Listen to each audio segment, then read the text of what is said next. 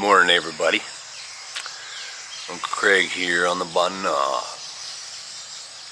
in Thailand. If you don't know, if you're watching for the first time, one of my videos, I'm in the middle of Thailand, pretty much in the middle, a little bit to the left, closer to Myanmar, probably 30-40 minutes from the border, I guess. Sun's, I think it's trying to come up behind the clouds. Probably about 6 o'clock in the morning. It's kind of cool, a little muggy, muggier than yesterday. But something tells me this kind of overcast results in a sunny afternoon and higher temperatures.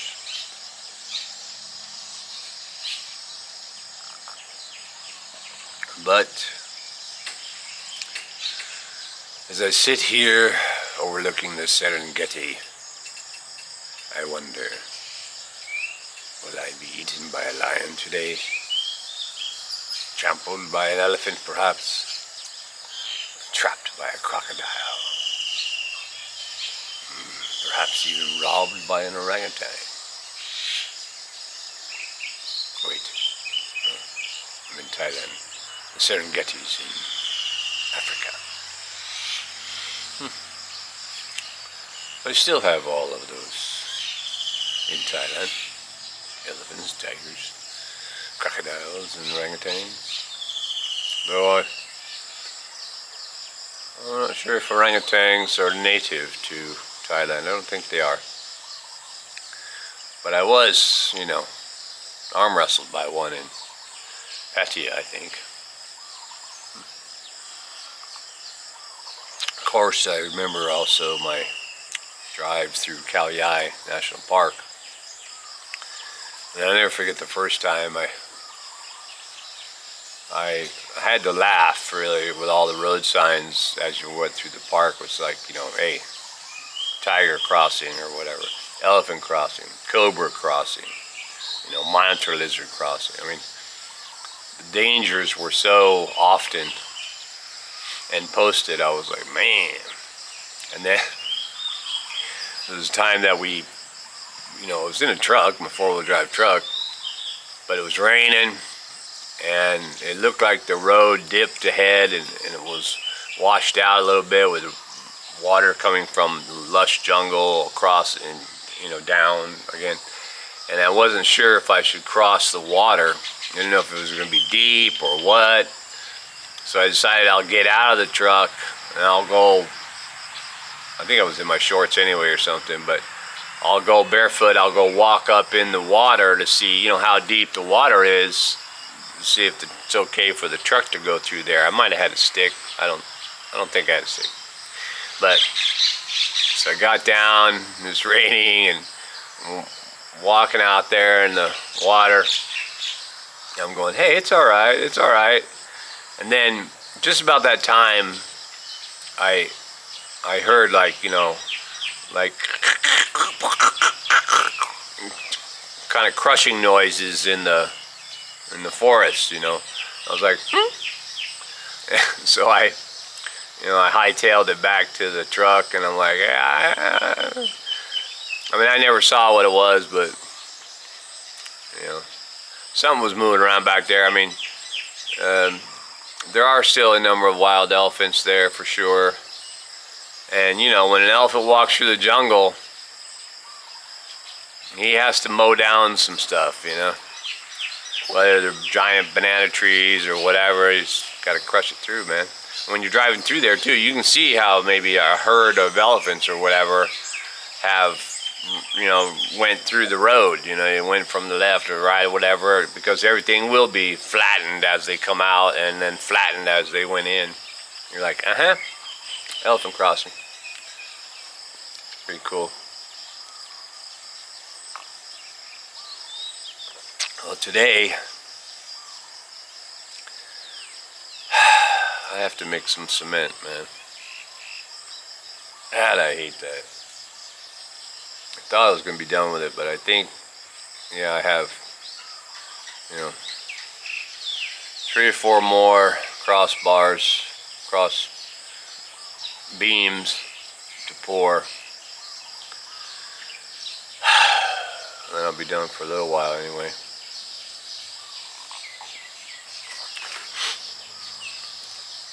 Although I need more form wood, I think.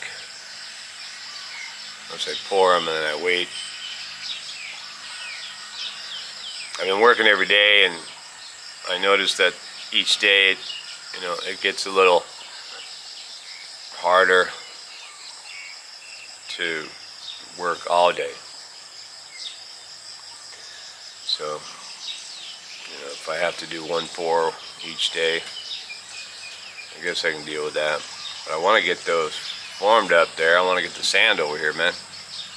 I got the rebar delivered, or actually, it should be delivered this morning. I went to get it yesterday, but this is about 20 minutes before the store closed. So, and then it turns out that I'm buying the heavier gauge rebar. So they're telling me, dude, you don't have no rail bar on your truck, so this stuff's way too heavy. They said, don't worry about it, Uncle Craig. We'll drop that off in the morning for you. Alright. I need more of those square ties anyway for the cross beams. We're going to drop those too. But, if I'm getting the rebar, I might as well get the sands because, get it ready, man. Get it done. But, shoveling all that cement rubble from knocking down them walls, build up that embankment on the pond. That's working, but I tell you, man, that's brutal too. I gotta cut out the wall doorway on that one wall I still have up for the bathroom.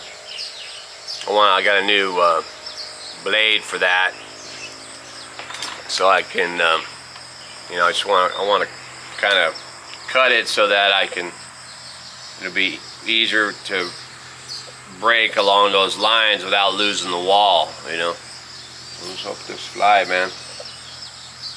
But yeah, the wall will hopefully stay up, and I'll take that down. Of course, now I'm gonna take down that all. That means another couple wheelbarrows, 3, 4, 5 wheelbarrows full of rubble I gotta dispatch again. That's a bummer, man. But one of the good things about that happened also yesterday before I got going, whatever, was I got a text from on my Line app from a big camera, and I got my drone back. 4 months, man. 4 months. The power button didn't work, and then I guess they sent it to Bangkok, try to wait, and the messages were like, oh, it's in the queue, it's in the queue, it's in the queue. And then finally it was sent to China, and they just replaced it. They gave me a brand new drone with the same serial number. They attached the same serial number to it because I'm licensed drone pilot from the the NBTC or something, whatever it is here in Thailand, I forget. And that's attached to your serial number. So they gave it the same serial number, and it's new, and it's cool too, because at least I can see that the blades are all brand new, and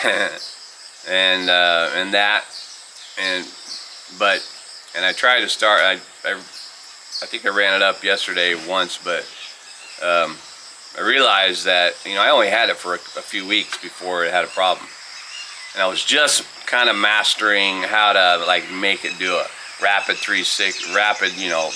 banking 360 kind of thing. I just, figured out up and down, right and left, and was starting to maneuver it pretty good. I could go higher speeds without having to worry about it. And but when I turned it on yesterday or last night, I realized I forgot all that stuff. So now I have to relearn, how to navigate this at kind of at the speeds that I want it to be at and stuff. But I'm excited that I have it because I really want to do a lot of stuff with my drone. Not so much for videos or whatever, but I mean videos, yeah, and stuff that I want to see. But yeah, I got so many shots that I want to be able to see in my head, I hope that I don't lose it again. But this next time, if something happens to this drone, yeah, I'm gonna fix it myself.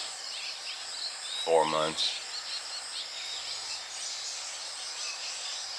It's a nightmare too, because actually when I went online and started looking at why is my drone taking so long and all that, it pretty much lit up with people saying, oh, they had mine for 6 months, or they had mine for 5 months. They finally gave me one. Blah, blah, blah. And pretty much the same story was rolling out for me. So I'm thinking, what is going on? I did contact the big, company in Bangkok who sells the drones, and I asked them. I said, hey, man, if we had a problem, and if I had bought it from you, which I didn't, and I had a problem similar to this or whatever, I mean, what's the turnaround time for fixing it? Actually, that was because he said that they fix it there. And he goes, oh, about 2 weeks. I thought, what? How is it that one company does 2 weeks and another company does 4 months or 4, 5, 6 months, like these other people were saying and stuff? I don't know. But I know. I mean, drones are, they're if you damage the gimbal, which stabilizes the camera and stuff, obviously that's a problem. But if it's a motherboard issue, like a chip or something, yeah, that's going to be a big problem. But I think your arms, your power button, the rotors and all those kinds of things, you should be able to. There should be a video on that, how to fix it. There was a video actually when power button wouldn't come on after I actually gave it back, which was a bummer. I should have done that before maybe. After I gave it back, I went and power button, and I saw these videos where the guy goes, oh, he just takes it apart and then blows out the button and, basically fixed it in like 20 minutes. The power button issue. And I was like, what? I could have done that. But anyway, I'm pretty stoked that I have it, so. Woohoo! I'm just sad that I didn't get to have 4 months worth of drone footage that I could have, covered my house with here in terms of, how we have developed things. The whole point of making this YouTube channel is, I mean, certainly for people to enjoy, but the point was for me, for us, my wife and I, to be able to enjoy, watching our growth, over the time. When we look at pictures, sometimes we send each other a video from the past or this or that, where we went or this and that, and documenting the growth of the farm and our life out here in this first year is is something that I looked forward to. Right now, yeah, I mean, I guess we have done it, with the camera, with the ZV-1, fair enough, but drone footage is decidedly a different kind of perspective. So I'm just kind of bummed that I wasn't able to get all that. Meh. But we'll have to see. I hope I don't drop it in the water or something. I got all these cool shots in my mind. This one river over here,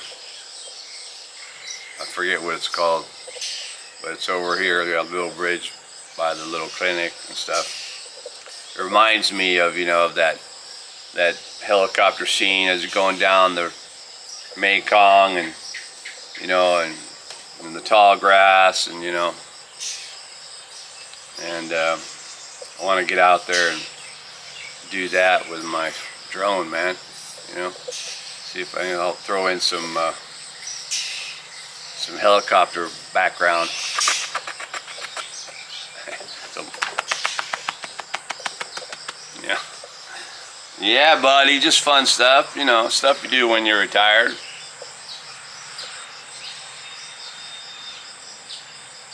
Although I should probably order one of those, you know, one of those little $20 drones with a camera, with a 4K camera on it. See what kind of footage I can get out of that, and maybe use those in the perilous places where I might lose my drone. Because, you know, the DJI Mini 2, you know, I'd hate to lose it, like, you know, within the first year or whatever.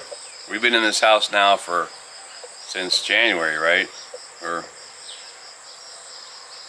yeah, we moved in on whatever that holiday was. It was a religious holiday, Buddhist holiday. Is that first week of February? Might have been first week of February, actually. Yeah, and in that case it would be February to March, to April to May to June to July, so that's 5 months. Yeah, I think that's what it was, first week of February. So we've been in for 5 months, trying to document everything, you know, especially the growth of the plants and this and that and everything for the first year, so kind of have a impression of what happens within a year, you know, seasonally, so to speak. But I think today will be easy enough. I'll probably mix that cement first thing. See if I can't find some other boards for forming up. But last night I was thinking that, you know, I have to form up the outside where and in front of that building there's going to be a hearth, right, or a big cement porch that goes out, and that's going to be backfilled with sand. But I don't think a normal form would work. I think I'm going to actually have to dig down and cement a brick form, basically. Put bricks on the outside to form that very front part, so that it's much more stable when I put the sand in and all that. Basically making a brick wall. But the first brick wall's got to be that one back by the bathroom, because once I remove that rear wall behind where the toilet was and all that, I need to get that whole side in place back there before I put the sand in the pour. Anyway,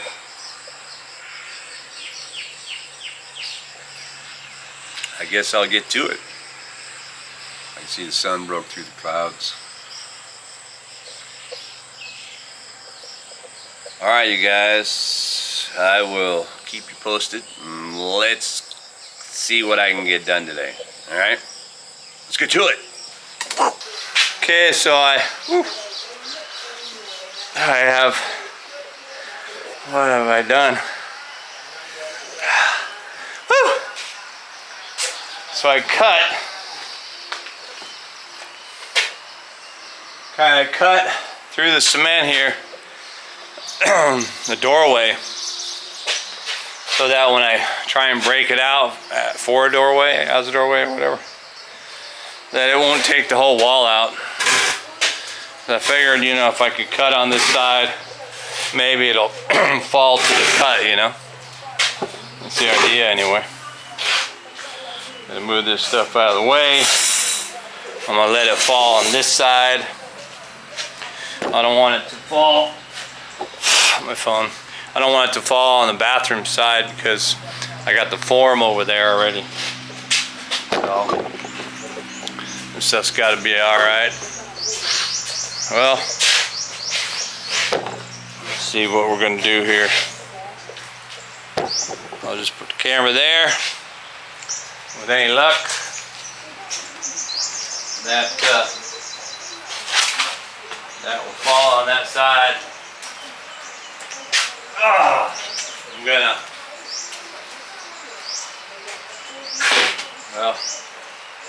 I'm gonna break it up, man. See what's up. I'm gonna try it here from this side with my new sledge, so wish me luck. Hopefully I don't lose the whole wall.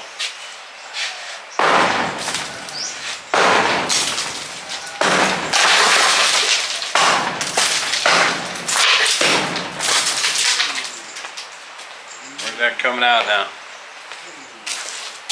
Well, it looks like it's coming out right on that line. That's pretty cool.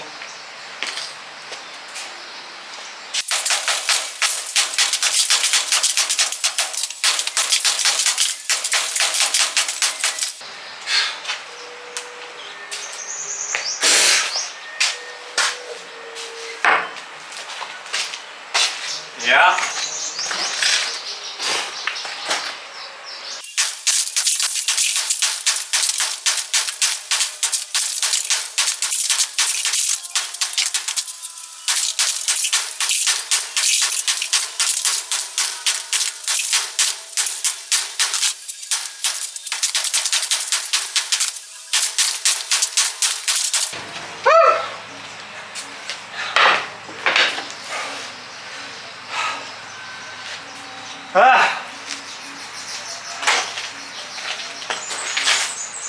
Yeah.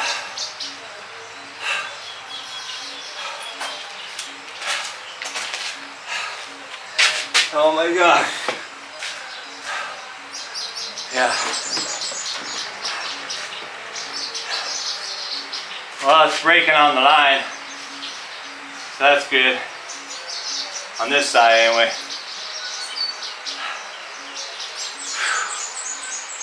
I can't do the whole door in one sitting. Impossible. One swinging. That's what that is.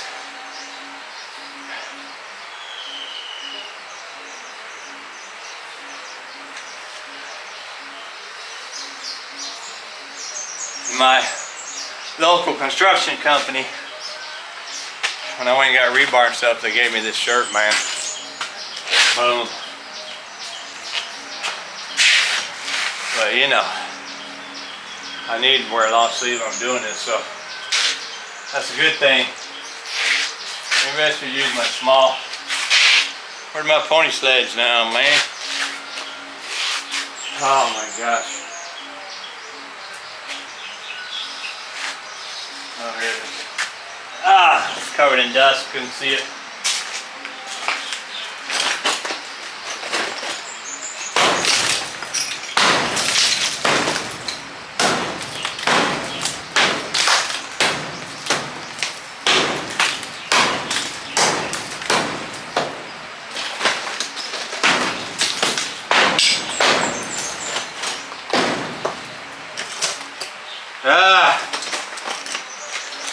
I don't know, man. Pretty brutal. Let me get back at you for this one. Well, pretty much. Let me move this over here.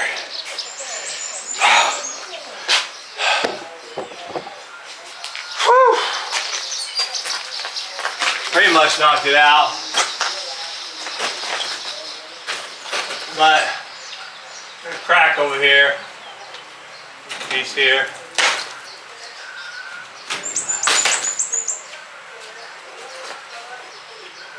A little cracked up here. I don't know. What do you think? I plan on building that up anyway. You know, up another brick, so I could try and tie a metal bar across before I put that next brick on, so I tie this better. And even though there's a crack there, just cement it up, and, you know, cement to that, and maybe fix this crack. The wall is still strong, still stable. It's just that side, I don't know. Probably could have put the door all the way up against the post, but didn't really want to. Anyway, and of course there's another debris field I got to deal with. Throw all that back over there. Oh my God. Yeah.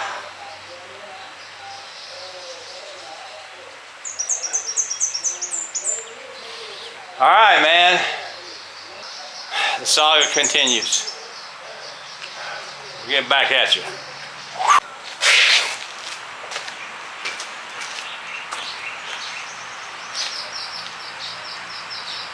Oh. Well. All right. Oh my God. I'm not sure how long ago I washed this towel, but it does the job.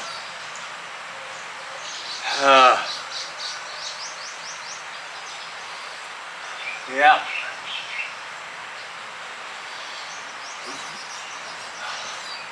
Well, I finished the cement pour for that one cross beam. That was 3 mixes for 3 tubs. And one mix tires you out, man. But usually I force 4 buckets of rocks, 3 buckets of sand, maybe 2.5 bucket of cement mix, and then a bucket of water, maybe another 1/4 bucket on standby. But pour the water in that and then just let it sit. I don't touch it. After I carried all that sand and rocks and stuff, I am tired. But I think pouring the water on there, let it sit for a minute, it kind of activates. I can smell it, kind of like ammonia almost. And after I take a drink, wipe the sweat off me, I'll go ahead and mix it. Mix it all up, which is another brutal effort. And then come back over here and take another water, wipe the sweat off me and let that sit for probably at least 3 or 4 minutes, maybe 5 minutes.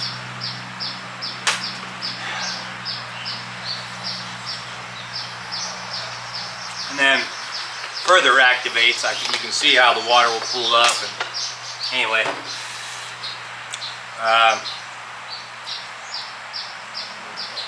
it'll sit better when you pour it if you do that too.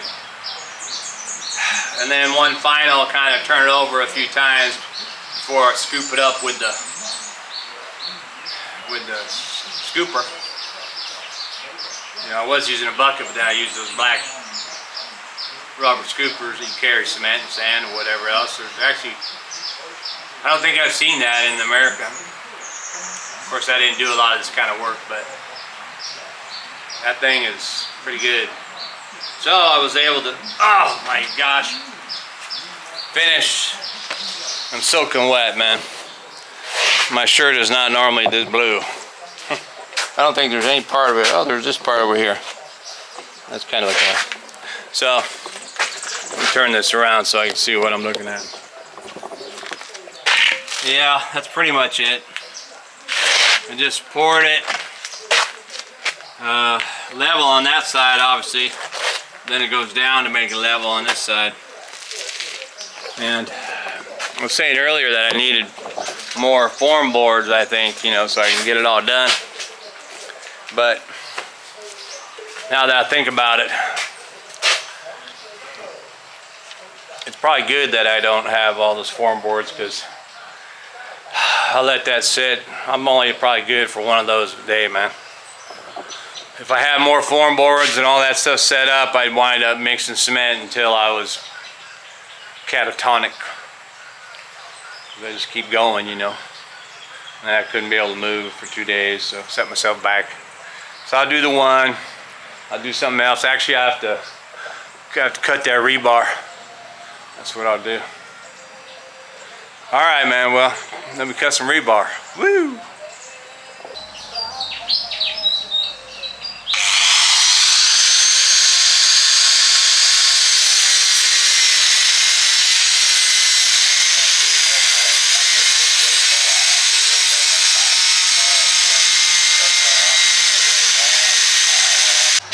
Yeah. Whew. Well, ouch. Rebar is all cut. Wasn't easy. Little word of caution on that grinder. So it takes a good 30-45 seconds or so to grind through one of those. And then I was moving them out of the way. But when I grab it by where I cut it, kind of, almost. Yeah. That's scalding hot, so I can still feel the burn through my glove. Actually, my glove is melted, I think, right there. But anyway, now I just got to, I'm gonna clean this area up a little bit, move it out of the way and all that.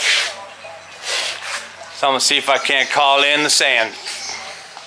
A couple trucks, have them back up right in here as much as possible.